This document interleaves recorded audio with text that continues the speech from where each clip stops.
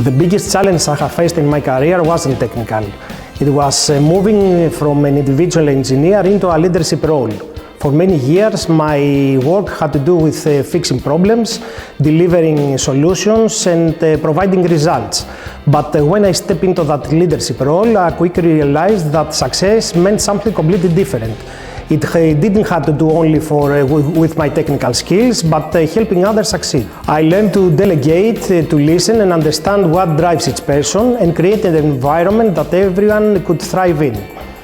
The first months were tough. I had to balance my technical work with people management, but soon enough I realized that being a leader, it's not about having all the answers, but making the right questions and trusting your team to find the answers.